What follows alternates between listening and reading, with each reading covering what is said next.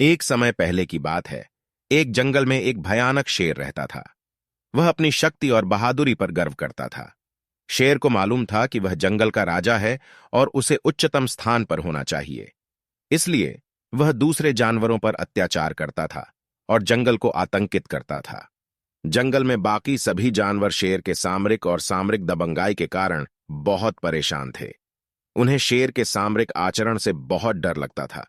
वे निराश हो गए और यह सोचने लगे कि इस अत्याचार से मुक्ति कैसे प्राप्त की जा सकती है। एक दिन शेर ने एक बारहस्पति मंदिर के पास एक बुद्धिमान जानवर को देखा। यह जानवर ताकतवर और बुद्धिमान था और शेर को देखकर हंस रहा था। शेर बहुत नाराज हुआ और उसे धमकाने के लिए पास गया।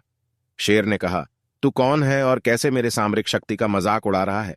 जानवर ने मुस्कुराते हुए उत्तर दिया, महाराज, मैं सबके बीच शांति और एकता का प्रचार कर रहा हूं। हम सभी जानवर आपस में मिलकर एक शक्तिशाली समुदाय बना सकते हैं। शेर ने हंसते हुए कहा, तू बेवकूफ हो गया है। छोटे और दुर्बल जानवर कैसे शक्तिशाली समुदाय का हिस्सा बन सकते हैं? जानवर ने आवाज बढ़ाते हुए कहा, महाराज, जब हम सब मिलकर एकत्र होते हैं तो हमारी शक्ति बढ़ जाती है। हम एक दूसरे की सहायता कर सकते हैं और मिलकर आपके सामरिक दबंगाई के खिलाफ खड़े हो सकते हैं। शेर चिंतित हो गया, लेकिन उसने अभी भी विचार किया कि किसी भी छोटे जानवर की बात पर यकीन कैसे कर सकता है। वह चुपचाप उस जानवर को अपने पास बुलाया और उसे एक चुनौती दी।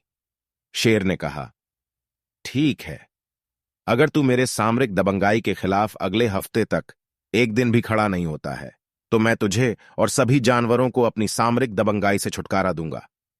जानवर ने मुस्कुराते हुए स्वीकार कर दिया और उसने एक दिन की समय सीमा तय की।